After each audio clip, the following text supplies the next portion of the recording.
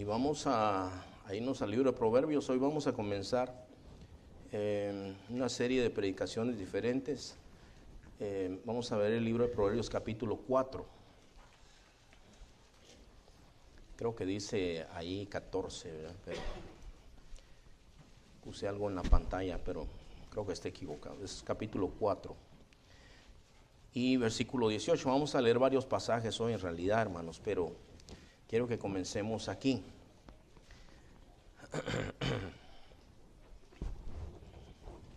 ¿Ya están listos, hermanos? Bueno, dice de esta manera: mas la senda de los justos es como la luz de la aurora que va en aumento hasta que el día es perfecto. Voy a leer una vez más, leamos todos juntos, hermanos, porque es un solo versículo con el que vamos a empezar el día de hoy. ¿Están listos? Dice: mas la senda de los justos es como la luz de la aurora que va en aumento hasta que el día es perfecto. Y Señor, yo te pido, Señor, que nos dirijas con tu Espíritu Santo, Señor, que me des palabras sencillas, pero también llenas del poder y la autoridad de tu Espíritu Santo, Señor, y que nos des un buen oído para entender, Señor. Yo te ruego, Señor, que sigas restaurando nuestras vidas, Señor. Te doy gracias, Señor, porque esa es tu voluntad. En el nombre de Jesús oramos, Señor. Amén. Muy bien, hermanos. El día de hoy, la serie de predicaciones que quiero empezar a predicar se llama Sanidad en el Alma.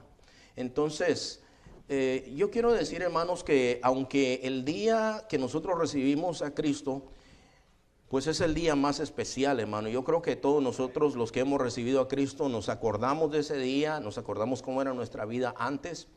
Pero después de conocer al Señor Jesucristo, hermano, pues entonces empezamos a experimentar diferentes cosas, ¿verdad? Como paz, gozo, y hay una gran consolación que viene con conocer al Señor.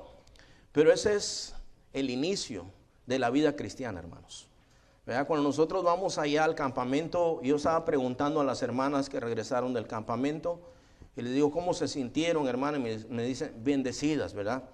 Y hay una cosa que nosotros hacemos con los varones allá, hermanos. Cuando termina el campamento, el último día del campamento, hacemos un énfasis y les decimos, hermanos, todo estuvo muy lindo, pero acuérdense que hoy bajamos de la montaña y hoy hay que ir a hacer diferentes cosas, y hoy hay que ir a poner en práctica muchas de las cosas que nosotros aprendimos. Recuerdo yo que uno de esos años que yo regresé del campamento, pues yo había regresado como a las 11 de la noche, y como a las 2 de la mañana me entró una llamada, porque algo que se habló allá tenía que ver con una palabra de hacer algunas cosas en nuestros hogares. Y él dijo, hermano, yo le estoy llamando porque yo todavía tenía un bar en mi casa, dice. Tenía todas las botellas y de vez en cuando lo usaba, dice.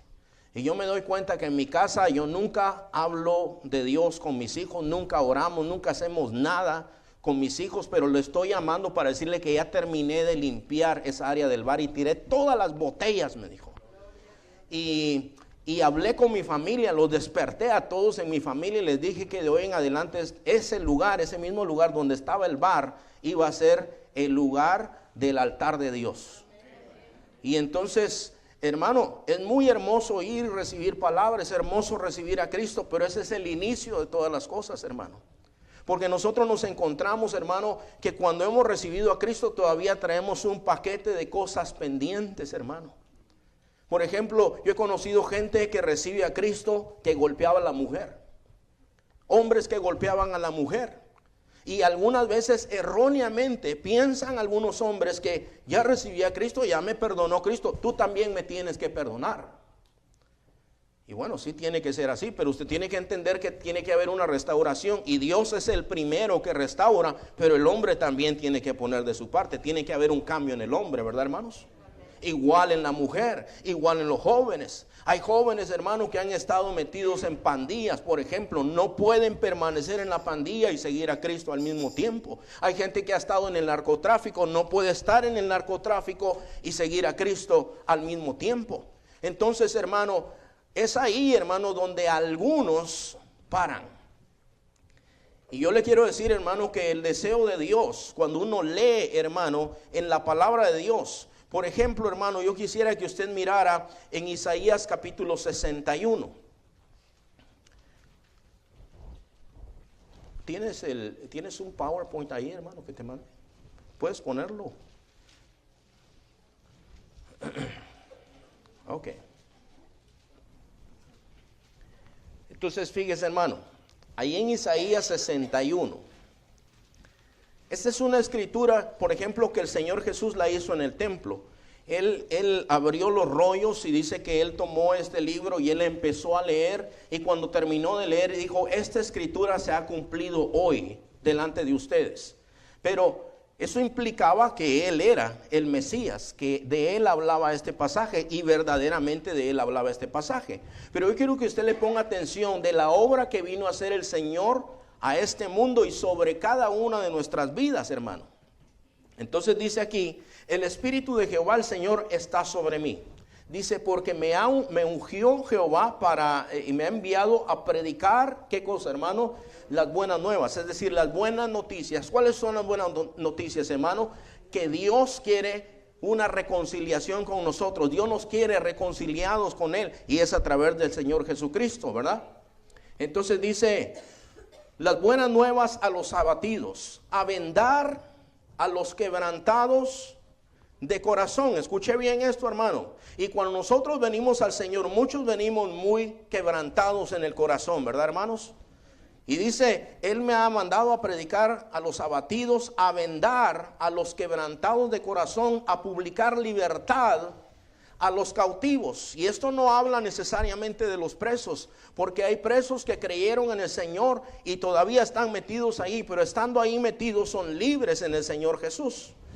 Dice, ¿qué otra cosa, hermanos? Dice: a proclamar el año de la buena voluntad de Jehová y el día de venganza del Dios nuestro. A consolar a quienes, hermano, a los enlutados, a ordenar que a los afligidos de Sión se les dé gloria en lugar de ceniza. Y eso era un duelo, hermano, el que ellos acostumbraban a hacer así. Óleo de gozo en lugar de ¿qué? De luto. Manto de alegría en lugar de espíritu ¿qué? Angustiado. Y serán llamados árboles de justicia, plantío de Jehová para gloria suya. Reedificarán las ruinas antiguas y levantarán los asolamientos primeros y restaurarán las ciudades arruinadas, los escombros de muchas generaciones. Y esto es la obra que Dios quiere hacer en la vida suya y en la vida mía, hermanos. Mire, Alcohólicos Anónimos nos puede quitar lo borracho, hermanos, pero no nos puede cambiar el corazón. Igual Neuróticos Anónimos y todos los anónimos que hay, pero no nos puede quitar el pecado, hermano, no nos puede cambiar. Pero Cristo nos puede quitar el licor, pero nos puede cambiar el corazón. Ahora, hermanos, muchos a veces seguimos, hermano, en las mismas cosas de antes. Y nosotros tenemos que entender que ahí mismo en la pantalla hay un pasaje que está en Juan 10:10 y Jesús dijo: yo he venido para que tengan vida y para que la tengan ¿cómo? En abundancia, ¿verdad? Ahora, fíjese, hermano, si nosotros pensamos que estamos condenados a seguir como estamos, porque déjeme decirle esto, hermano, por ejemplo, ¿verdad? Yo tuve una tristeza muy grande, yo padecí de una tristeza muy grande. Yo no sé cuántos aquí han padecido de tristeza, hermanos, ¿verdad? Pero yo, aun cuando vine a Cristo, todavía traía mucha tristeza, tenía mucha consolación, pero me quedaba aquello siempre de mi mamá, pero ¿por qué mi mamá? ¿Y por qué pasó esto con otro? Y pasaron años, hermano. Yo recibí al Señor en 1986, pero como hasta 1988, yo me acuerdo, fue la primera vez cuando yo me arrodillé y le dije: Señor, te doy gracias porque permitiste esto en mi vida, porque si no, no te hubiera conocido. Pero yo nunca pensé que iba a poder hacer eso, hermano. Pero llegó el momento cuando lo tuve que hacer. Pero fíjese, hermano, la Biblia está llena de confrontaciones. Entonces le digo, viene uno al Señor y todo está muy lindo, hermano, pero entonces ahora hay que arreglar las cosas. Estaba yo con un hermano una vez, y de esos nuevos creyentes, ¿verdad? Y le digo: hermano, hoy vamos a hablar acerca del perdón. Ok, me dijo, y empezamos a hablar acerca del perdón, pero llegamos a un pasaje donde está el Padre Nuestro, hermano, está en Mateo capítulo 6, ¿verdad? Y al final del Padre Nuestro dice: porque si no perdonáis a los hombres sus ofensas, tampoco vuestro Padre os perdonará a vosotros, dice. Así dice la Biblia, ¿verdad, hermanos? Pero se acuerdan que en el catolicismo nunca nos daban esa parte de la oración, ¿verdad? Siempre nosotros decíamos, no me acuerdo cómo terminaba el Padre Nuestro, pero terminaba hasta cierto punto. Tampoco decía, porque tuyo es el reino, el poder y la gloria, ni tampoco decía, porque si no perdonan a los hombres sus ofensas, tampoco el Padre los perdonará. Con este hermano llegamos a esa parte, y yo me acuerdo que él se afligió cuando leímos esa parte. Me dice, pastor, yo tengo mucha gente que tengo que pedirle perdón. Pero empezó a afligirse en su corazón, hermano. Y sabe, hermano, que la palabra de Dios, cuando nosotros estudiamos el Salmo 19, dice que la palabra de Dios convierte el alma. También dice el libro de Jeremías que la palabra de Dios es como un martillo. ¿Alguien se ha dado un martillazo alguna vez en un dedo, hermanos? ¿Y cómo se siente, hermano? Usted se da un martillo y dice, ay, yo quiero otro. No. Usted salta y brinca. Y si no lo están viendo, hasta llora, ¿verdad? Y usted sabe que le pegó un martillo. Y la Biblia dice, no es mi palabra como un martillo. O sea que nosotros nunca decimos, ¿y será que Dios no está hablando? Sino que nos pega el martillazo y nosotros decimos, Dios no está hablando a mí. Y entonces, hermanos, mire, cuando nos llega la palabra de Dios, nos damos cuenta. Y este hermano se dio cuenta y dice, hermano, yo tengo que pedir perdón. Yo hice estas cosas, hice aquellas cosas. Esta semana ayer estaba yo leyendo Ezequiel capítulo 33. Habla del atalaya. Los atalayas no son los testigos de Jehová, hermanos. Los atalayas eran personas, hermano, que ellos se ponían en el muro. Las ciudades estaban adentro de una pared grande, hermanos. Y habían unas torres y ahí se ponían unos guardias que ellos se quedaban toda la noche cuidando. Si venía un enemigo, ellos tocaban trompeta, advertían a toda la gente para que se pusieran listos para pelear. Pero si el atalaya se dormía, pues ¿de qué sirve tener guardia, verdad, hermano? Entonces el Señor le dice a Ezequiel, hijo de hombre, tú vas a ser atalaya para Israel. Le dice, cuando yo diga al impío, dice, aquel que ha caído en pecado, morirás por tu pecado. Dice, se va a morir, dice, pero tú le tienes que advertir primero, dice. Y si tú no le adviertes, yo voy a demandar su sangre de ti, le dice. Entonces, como diciendo, yo te puse a ti para que les digas. Y ese era un lenguaje, hermano, en el que él decía, yo te voy a decir cuando ellos estén en pecado, y tú les vas a decir. Y cuando haya alguien justo, alguien que ha caminado con Dios y se desvió, tú tienes que tocar otra vez la trompeta y decirle, estás cayendo en pecado. Dice, y si no se arrepiente, pero tú le dijiste, tú libraste tu alma. Y él morirá por su pecado.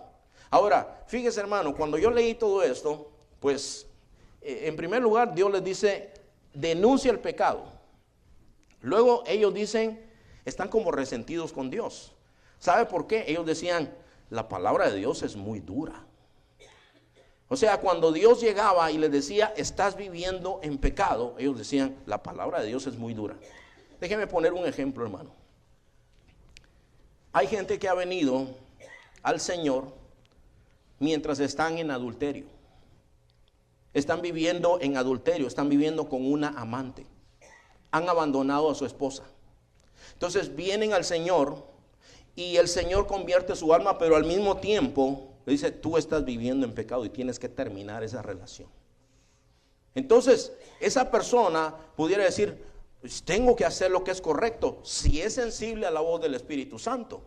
Pero si es rebelde, puede ser que empiece a romantizar las cosas y decir, no, pero si nosotros nos amamos.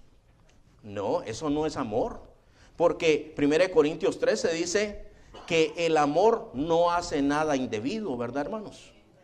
Como aquellos jóvenes que han caído también en fornicación. Y me acuerdo que hablé con una joven una vez, me dice, pero si se hace por amor no es pecado. Le digo, es pecado, la fornicación es pecado siempre. Y quien se mete a fornicación, hermano, eso no es amor, eso es pura pasión. Entonces, hermano, si aquella persona es sensible a la voz del Espíritu Santo, va a decir, sí es verdad, yo tengo que deshacer esto, aunque le duela, ¿verdad? Tiene que deshacerlo. Entonces ellos decían, la palabra de Dios es muy dura. Pero otros decían ahí en el punto 3, dice, ellos pensaban que han pecado tanto, es decir, nuestro pecado es tan duro que Dios no nos va a perdonar, pero Dios les dice, diles que si se arrepienten, yo los perdono, dice. Y entonces, pero ellos decían, ya no hay esperanza. Ahora, ¿sabe con cuál se quedaron ellos? Se quedaron con el punto 2. Dijeron, es muy dura la palabra de Dios, no se puede. Hermano, con Cristo todo se puede. Hermano, mira, si has pecado, tú puedes regresar al Señor y no importa, hermano, cómo sea nuestra vida, nosotros podemos regresar al Señor. Y una cosa que le dice el Señor en el tiempo de Ezequiel al pueblo, dice, yo no quiero la muerte del impío, yo no quiero castigar, yo quiero que se vuelvan, que estemos reconciliados. El punto que estoy tratando de hacer, hermano, es que a veces todo el paquete que nosotros traemos después de recibir a Cristo, tenemos que limpiarlo, hermano. Tenemos que limpiarlo todavía. Hay cosas a veces, asuntos que están en el aire que no hemos nosotros limpiado. Así nos exhorta la palabra de Dios. Vamos al siguiente, hermano. Hebreos 12, del 1 al 2, dice lo siguiente. Por tanto nosotros también, teniendo en derredor nuestro tan grande nube de testigos, es decir, hombres y mujeres de fe, y hay mucha gente, hermano, que ha vivido verdaderamente para Dios.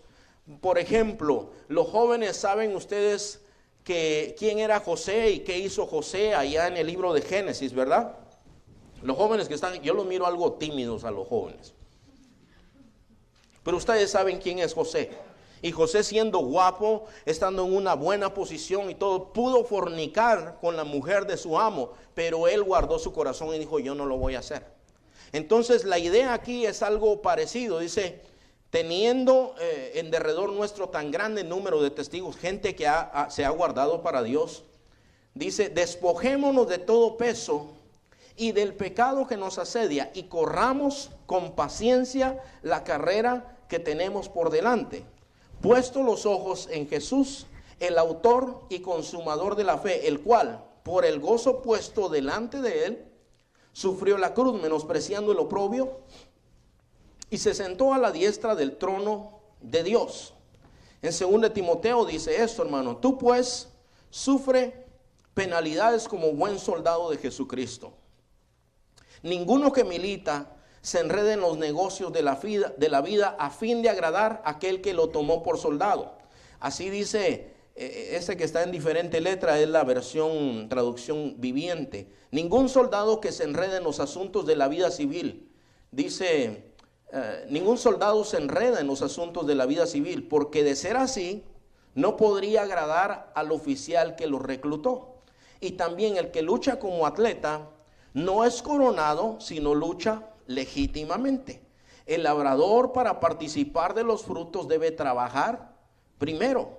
Considera lo que te digo y el Señor te dé sabiduría. Entonces, hermanos, vamos a analizar un poquito estos pasajes, ¿ok?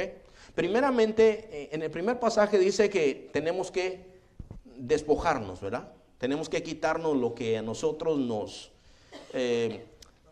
estorba, nos molesta, ¿ok? Y eso está hablando de la vida espiritual, ¿ok? Voy a darles un estorbo que yo he conocido como pastor en todos estos años. La iglesia va a cumplir 17 años, hermano, el próximo mes. Por lo menos 17 años que nosotros empezamos en una casa y empezamos. Como iglesia se estableció, me parece, en el año 2006, si no estoy equivocado, 2005 o 2004, dice. Ok, en 2004, pero yo empecé a trabajar ahí, hermano, poco a poco, ¿verdad? Con algunos hermanos. Ahí estaban los hermanos González, ya estaban ahí, ellos son los únicos que están aquí de ese tiempo cuando empezamos. Y hermanos, eso fue un tiempo duro, pero desde ese tiempo para acá, yo he encontrado mucha gente que tiene mucha amargura en su corazón, hermano. Mucha amargura en su corazón. Y entonces eso resulta ser un estorbo en la vida cristiana, hermano. Y mucho de eso está, hermanos, esposas o maridos o lo que sea, pero mucha gente está resentida. Hay gente que está resentida con la vida, hay gente que odia al patrón en el trabajo, hay gente que está así, pero quiere a Cristo. Y eso mismo no le permite, hermano, como avanzar, ¿verdad? Entonces, la Biblia dice, hermano, que tenemos que despojarnos de todo peso y del pecado que nos asedia. Ahora, fíjese, hermano, dice, ponme el siguiente, por favor. Dice aquí, y esto me llama mucho la atención, respecto al pecado, Dios siempre ordena dejarlo. O sea, nunca dice, mire, yo les pido, nunca dice, yo le comprendo que es difícil. Nosotros como personas sí lo decimos. Pero Dios nunca dice, yo te comprendo, yo sé, pero yo te sugiero que dejes. Pero fíjese que no, hermano. El Señor siempre manda que nosotros dejemos el pecado. Entonces, ¿sabe, hermano? Por ejemplo, Caín. ¿Se acuerda usted, hermano, que Caín vino y presentó su ofrenda y el Señor no aceptó su ofrenda, ¿verdad? Y Caín está enojado, hermano. Pero luego el Señor le dice, y Caín le dice, pero si tú hicieras lo correcto, ¿no serías también tú aceptado? Como diciendo, ¿por qué no haces lo que tienes que hacer? Entonces, en el capítulo 58, hermano, de Isaías, vamos a ver rápidamente ese pasaje. En Isaías capítulo 58, hermanos. A ver, mírelo usted por ahí, hermano.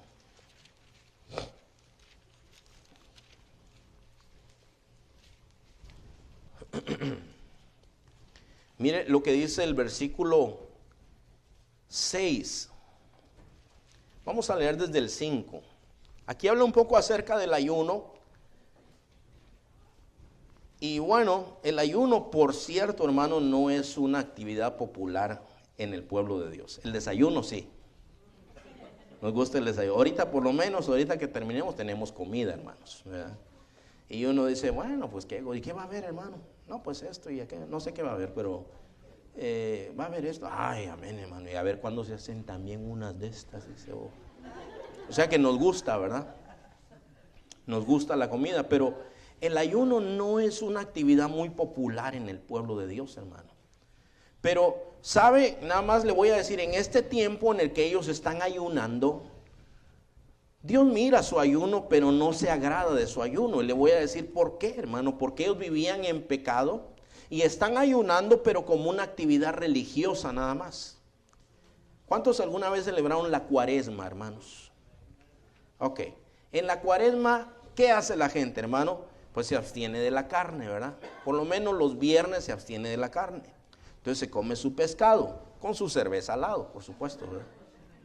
Pero dice, estoy haciendo el esfuerzo de no comer carne porque este es un tiempo de recogimiento espiritual, dice, ¿verdad? Dábamos ahí en las procesiones, hermano, caminábamos 120 cuadras todo el día, con lluvia, con frío, con calor, andábamos caminando. ¿Y qué era, hermano? Era una penitencia, ¿verdad? Que hacíamos el Jueves Santo. Y en lo que andábamos ahí, andábamos viendo a las muchachas, y algunos adentro de la túnica traían la botella. Y se la sacaban, se le empinaban. Cuando les tocaba cargar, ya no le atinaban ni qué era lo que estaban haciendo. O sea, pura religiosidad, hermano. Y ellos están ayunando y Dios reprueba su ayuno. Pero no es algo bueno el ayuno, hermanos. Pero Dios lo reprobó. Y entonces, cuando uno llega al versículo 6 de Isaías 58, dice, no es más bien el ayuno que yo escogí, y escuche esto, desatar las ligaduras de impiedad, soltar las cargas de opresión y dejar ir libres a los quebrantados, y que rompáis todo yugo, toda relación con el pecado. Eso es lo que Dios les está diciendo. Luego dice aquí, no es que partas tu pan con el hambriento y a los pobres errantes albergues en tu casa, que cuando veas al desnudo lo cubras y no te escondas de tu hermano. Entonces, hermano, nosotros necesitamos entender esto. Qué bueno ser salvos, hermano.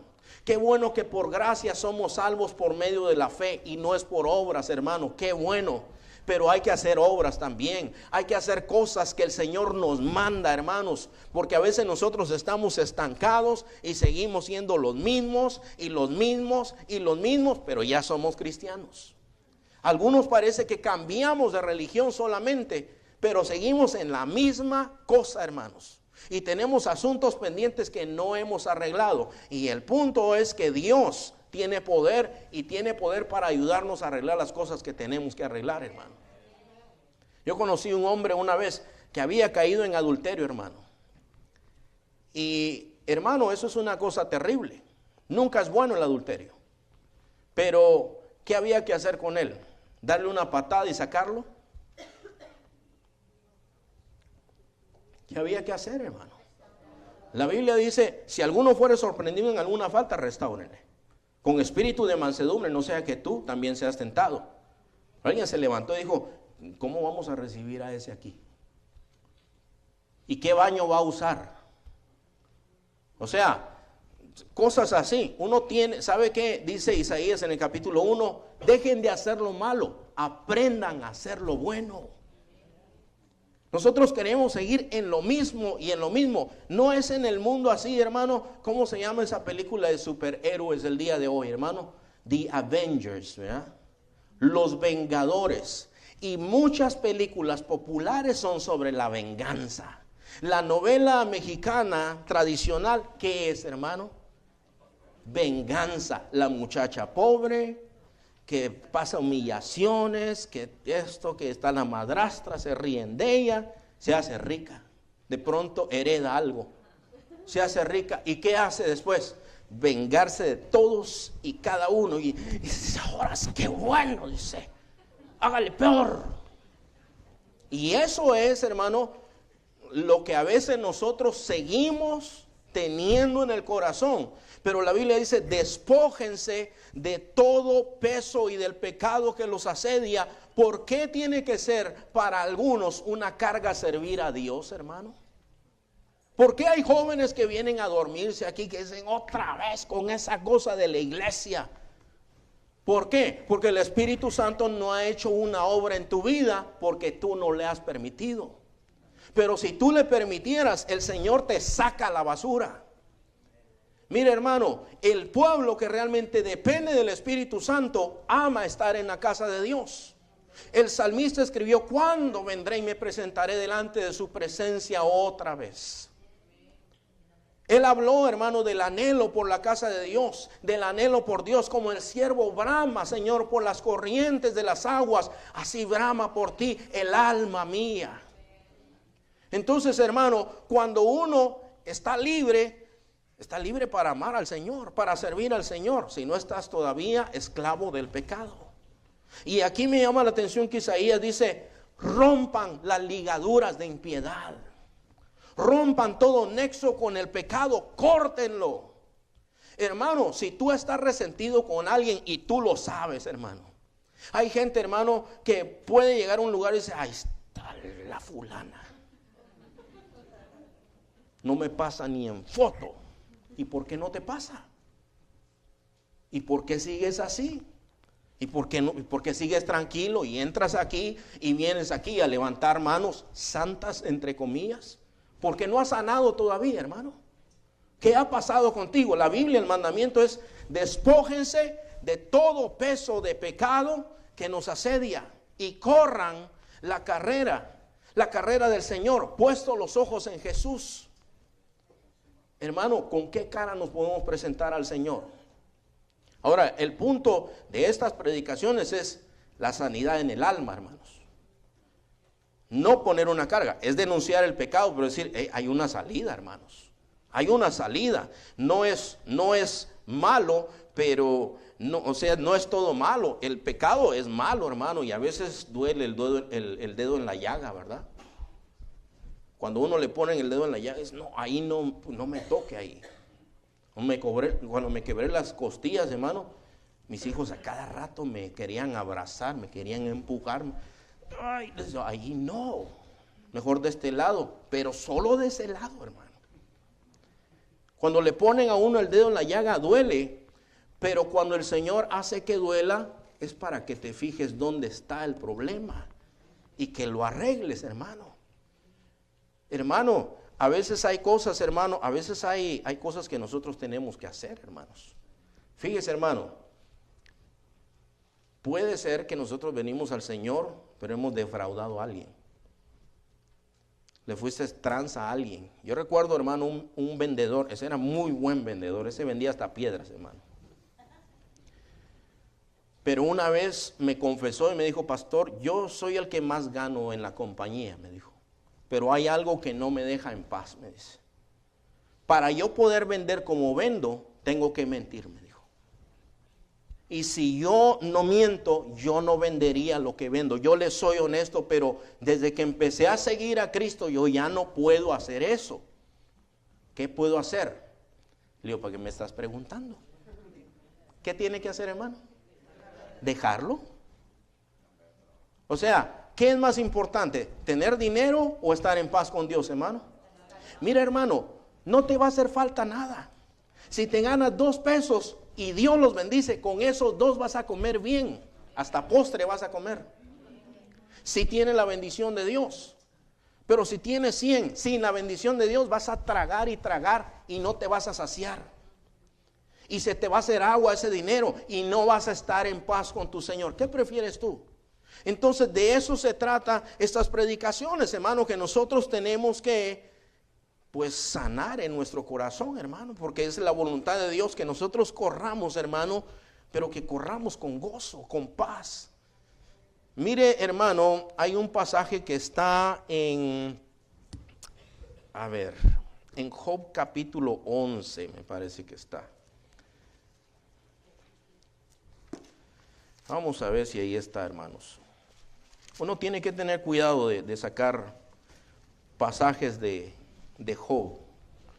No está en, o sí está en 11.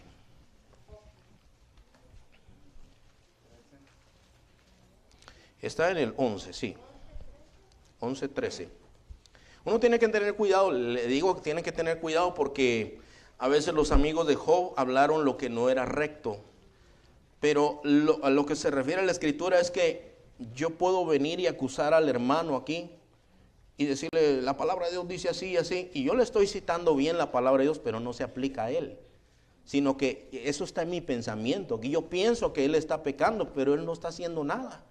Y yo vengo a decirle, la palabra de Dios dice así y así, y también dice así. No, sí, amén. Amén, hermano, así dice. Pero te estoy diciendo, sí, amén.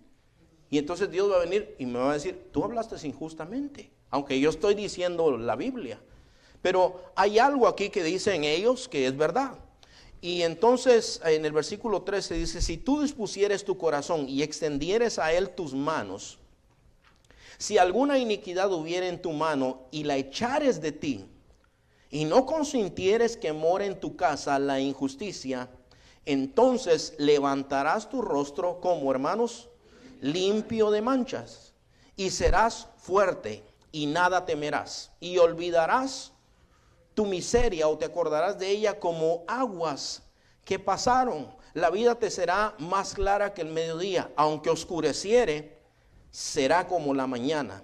Tendrás confianza porque hay esperanza. Mirarás alrededor y dormirás seguro. Te acostarás y no habrá quien te espante, y muchos suplicarán tu favor. Entonces, escuche bien estos pasajes tan hermosos, hermanos. Si hay una iniquidad en ti, pero échala de ti, dice. No consientas que more en tu casa la injusticia. Entonces, vamos a hablar de muchos temas a través de estas predicaciones, hermano. Pero el punto es esto, hermano, la sanidad del alma. Ahí en el pasaje que estábamos leyendo de Hebreos dice, despójense, corran con paciencia, fijen sus metas o su meta en el Señor nuestro Dios.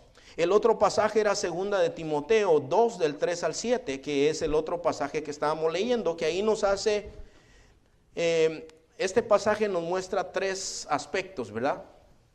Aquí dice, por ejemplo, hermanos, dice, tú pues sufre penalidades como buen soldado de Jesucristo. ¿Hay alguien que está aquí que ha sido soldado, hermanos? Que ha estado que ha sido militar.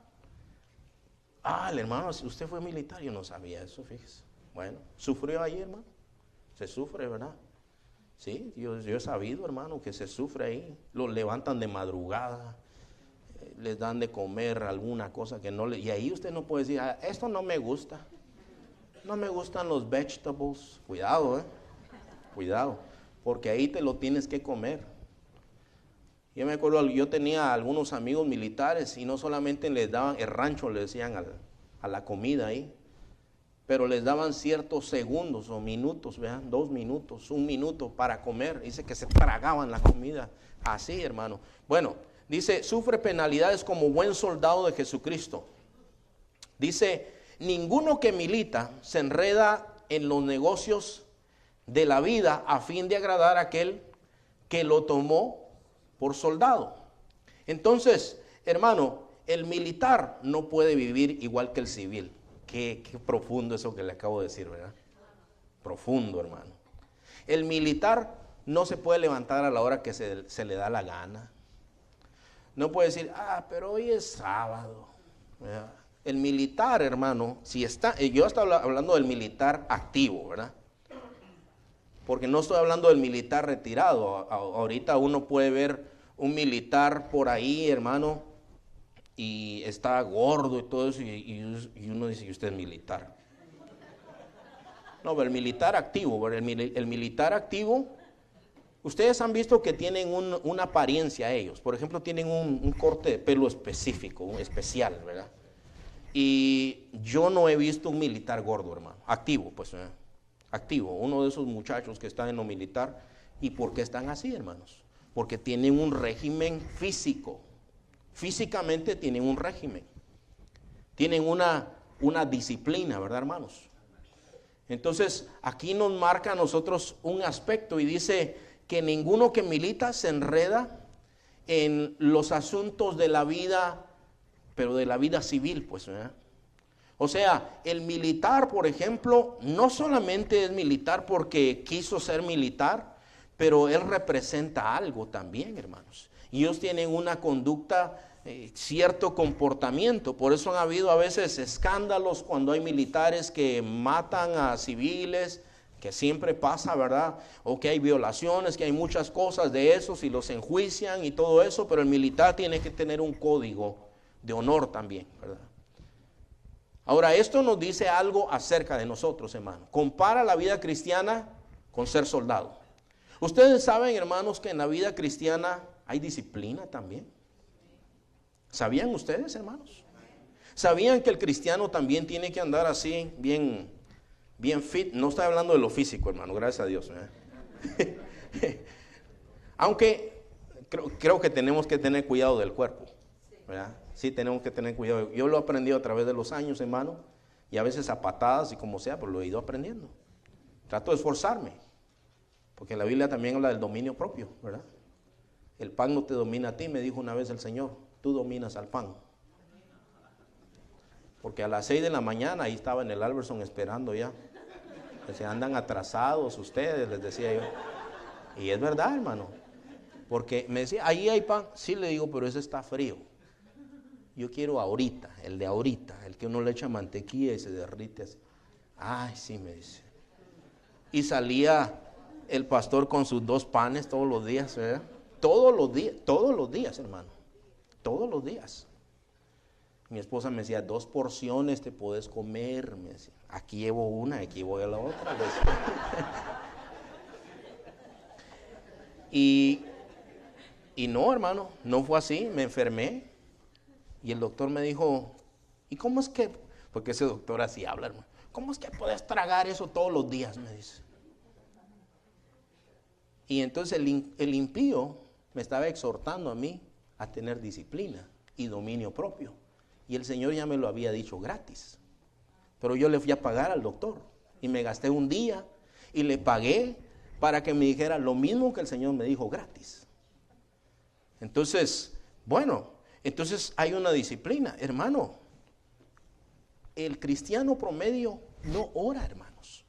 No oran. Y sabe que algunos nos dicen, es que no me nace. Tenga cuidado con lo que le nace. Tenga cuidado con eso, porque en nuestro corazón no nos nacen muchas cosas, hermano. Si yo les dijera, ¿a cuánto les nace ir a trabajar mañana, hermanos? ¿A cuánto les nace levantarse a las 4 de la mañana? E ir medio desvelados, el lunes otra vez. ¿Le nace a usted? Y si le dijeran a usted, mire, venga a trabajar, pero venga a la hora que quiera. Y váyase a la hora que quiera. Y tome el lunch que quiera. No va, hermano. ¿Verdad que no va? Y si va, llega a la hora del lunch. Y después se regresa. Eso, mire, si nos naciera. Ahora, en lo militar, no es si le nace. Usted tiene que hacerlo o lo hace o lo hace. Porque si no, no agrada el que lo llamó como soldado. Entonces, en las cosas de Dios es así también, hermano. Usted tiene que hacer las cosas, hermano. Y lo que me llama la atención, otra vez respecto al pecado, no es si quieres, perdona. Si quieres, tienes que hacerlo. Pero Dios tiene poder para respaldarte. Eso es lo que tienes que entender, hermano. Esa persona que te cae tan mal como patada en el estómago, Dios puede cambiar tu corazón. Porque tú no puedes odiar, hermano. Nosotros los cristianos tenemos enemigos, pero la Biblia dice, en lo que dependa de ustedes, estén en paz con todos. Yo cuando vine aquí, hermanos, tenía enemigos y no conocía a nadie. Esos enemigos que a mí me salieron fueron enemigos simplemente que Satanás levantó porque no quería que empezáramos una iglesia aquí. Pero yo tenía enemigos de gratis. Gente que yo le decía, mucho gusto, mi nombre es fulano de tal, mire, váyase de aquí, me decían. Ah, pues mucho gusto también, les decía yo. Así me recibieron y fueron mis enemigos, hermano, pero la Biblia dice, en lo que dependa de ustedes, estén en paz con todas las personas.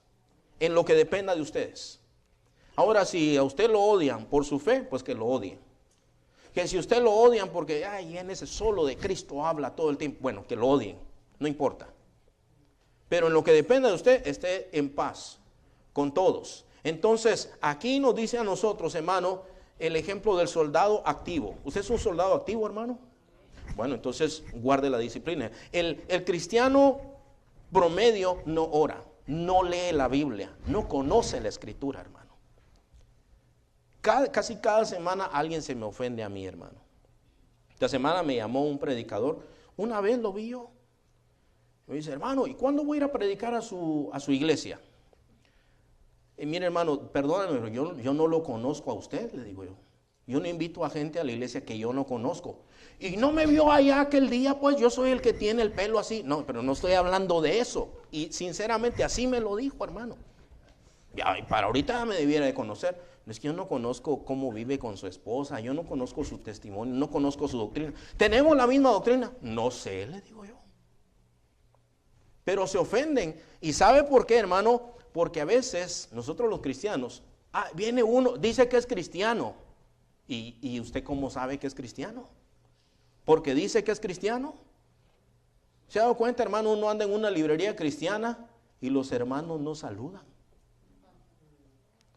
Hola, hermano, ¿cómo? Y se le quedan viendo a uno así como que, saber qué, ¿verdad? Cuando yo llegué a Guatemala, en Guatemala está lleno de cristianos, entre comillas, hermano. Llegué yo a la cuadra ahí, pero unos eran de Pablo y otros de Apolos. Así andaban ellos. Entonces los que eran de una iglesia no le hablan a los otros. Y yo llegué con tanto gusto a mi país, hermano. Decía, hermano, yo oí que sos cristiano. Ah, sí, me dijo. ¿A qué iglesia vas? Yo voy a Estados Unidos. Pero es que nosotros tenemos no sé qué, que el espíritu. Cálmese, hombre. ¿Usted es cristiano, sí o no? Sí. Y este no le hablaba al otro y así. O sea, ¿qué son esas payasadas, hermano, entre nosotros?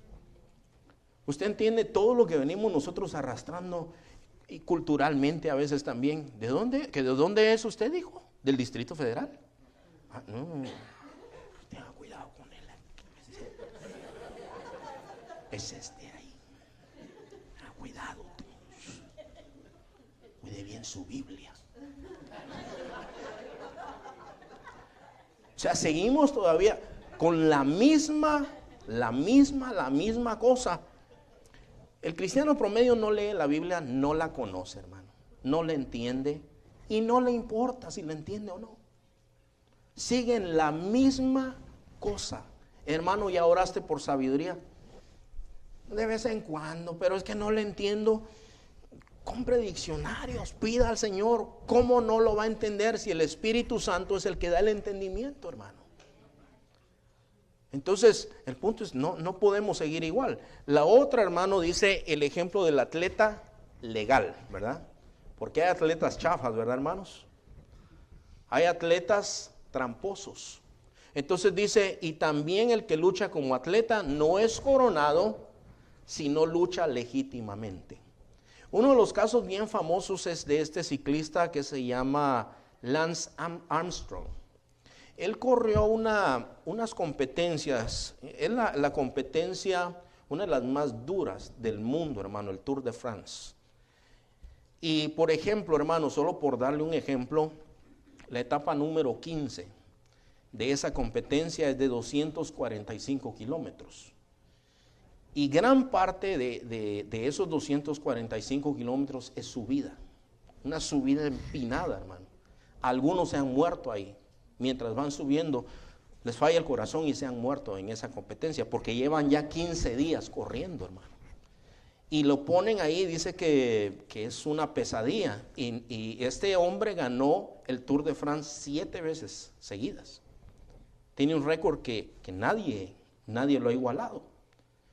Entonces decían, se me hace que algo estás haciendo, y nunca le pudieron comprobar algo, pero como la tecnología ya avanzó, le comprobaron que se había puesto esteroides en el cuerpo. Entonces, solo imagínese el escándalo que él armó. Imagínese el efecto para su familia, imagínese la vergüenza de los organizadores, imagínese la frustración de los que compitieron legítimamente, hermano, del que quedó en segundo lugar, el que hizo todo a conciencia, el que hizo el trabajo como era. Ese tiempo, ese día que a él lo cargaban en brazos, era mío, era mi esfuerzo, pero le tocó a este tramposo. Y le dijeron, tiene que devolver las medallas, tiene que devolver esto.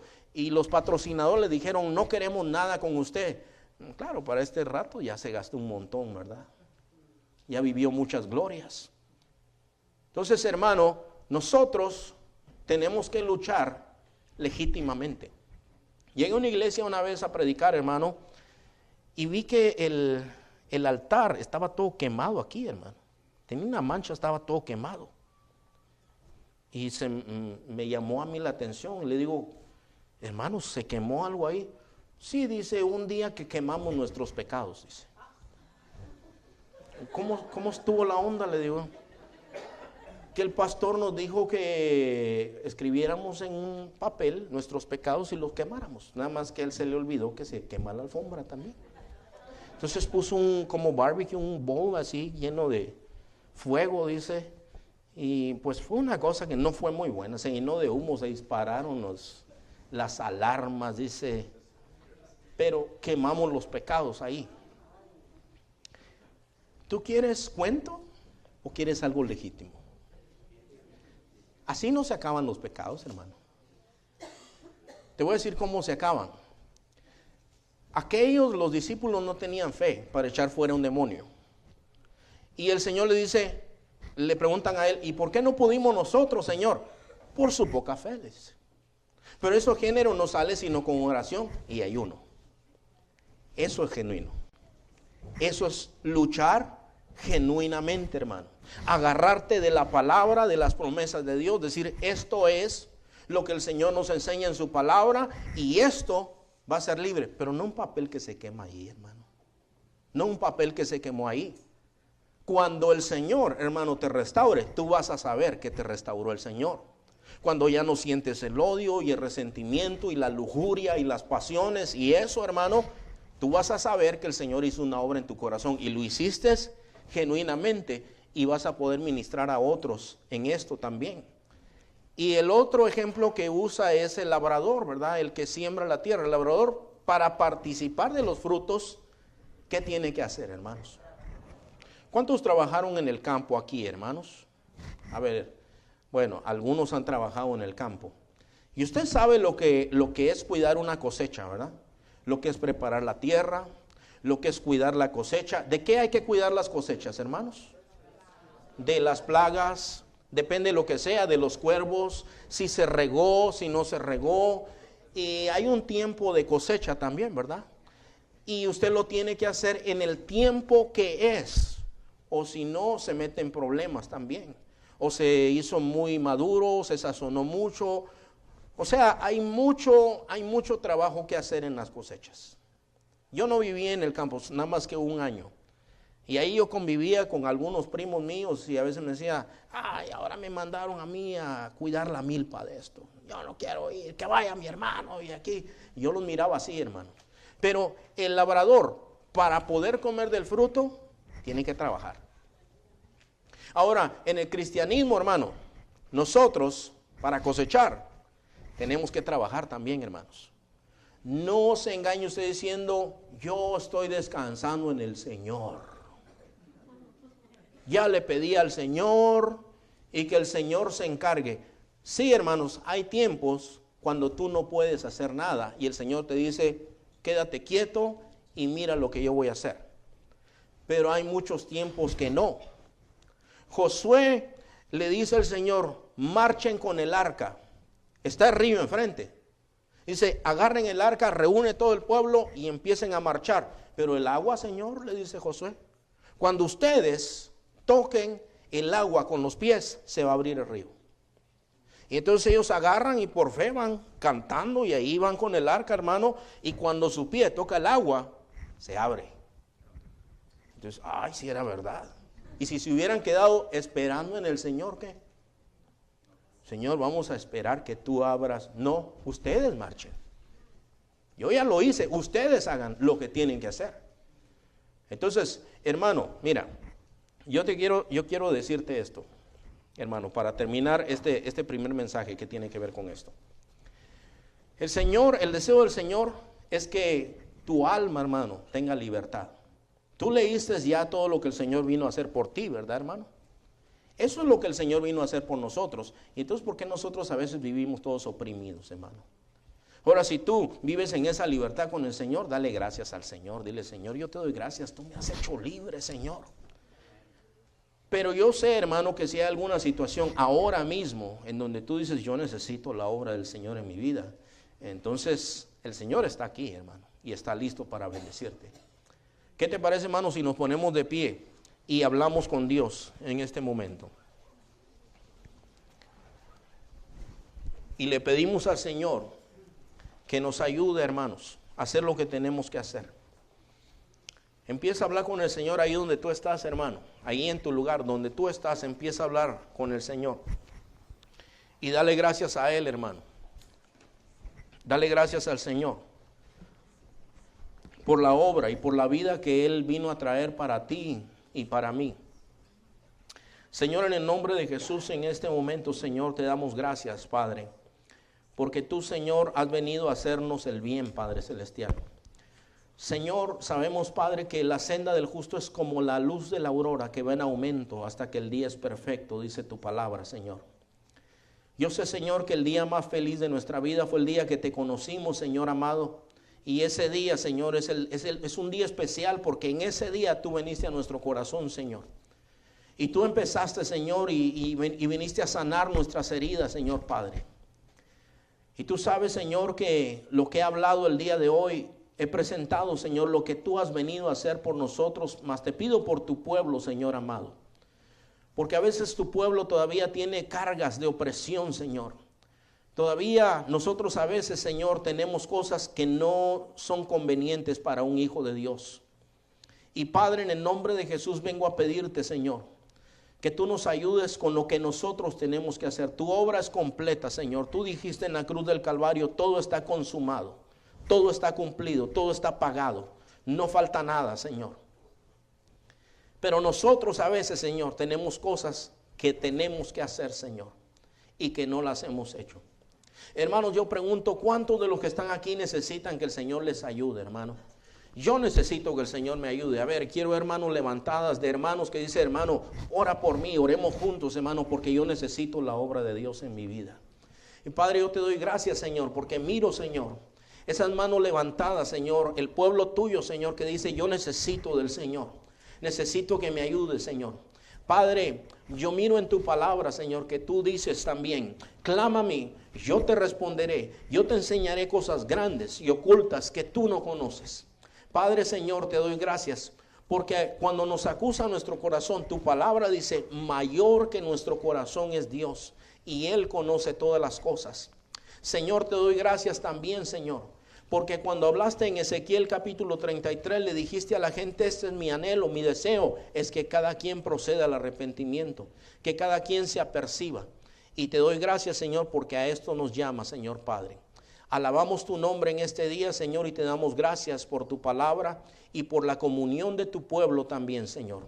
Gracias, Padre, en el nombre de nuestro Señor Jesucristo, oramos en este momento, Señor. Amén, amén. Gracias, Señor.